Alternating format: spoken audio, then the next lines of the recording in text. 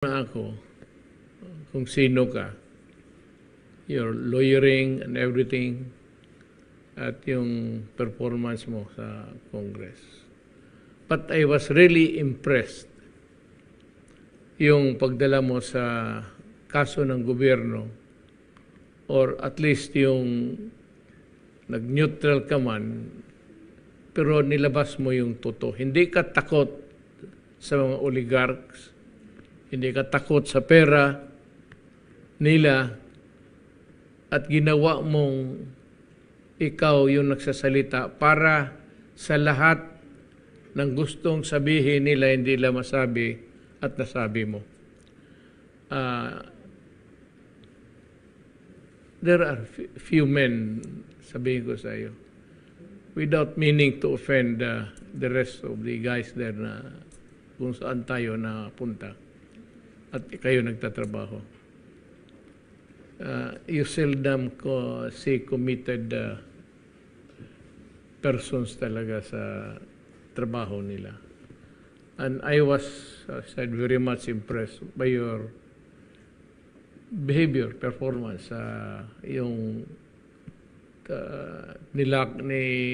sinabi mo sa lahat.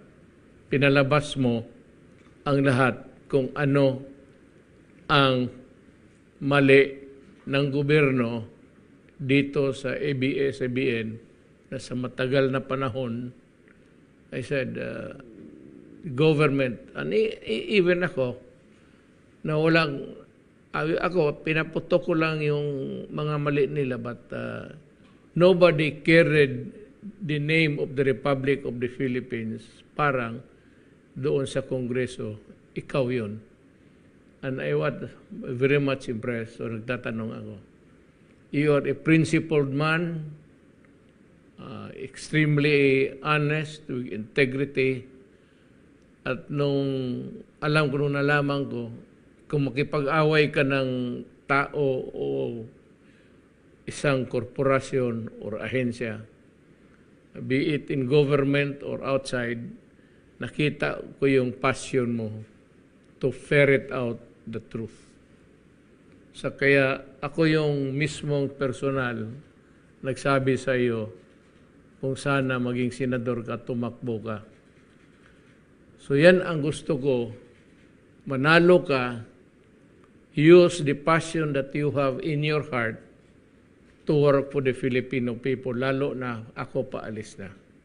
At ako'y believe na believe sa iyo, sa totoo lang, because I like honest persons, men of integrity. Ngayon ho, kung sakali man, God willing, kung ipagpala lang ng Diyos sa atin, kung masenador ka, ano pa ang madagdag mo sa pagka-lawyer mo, at kung maging senador ka, what would be the meaningful legislation that you have in mind na magawin mo kung nandiyan ka na sa Senado? Ang unang-una po, Ginoong Pangulo, ay nakita ko po yung nailatag ninyong magagandang programa. Ang nais ko po ay may pagpatuloy ang mga iyon. Unang-una na po yung ating infrastructure program na inyong naisulong. Nakita ko naman po talaga na sa panahon nyo lamang umabot yung 5.1% na ratio ng infrastructure spending sa ating GDP. Well, GDP. Hindi po nangyari yun sa mahabang panahon.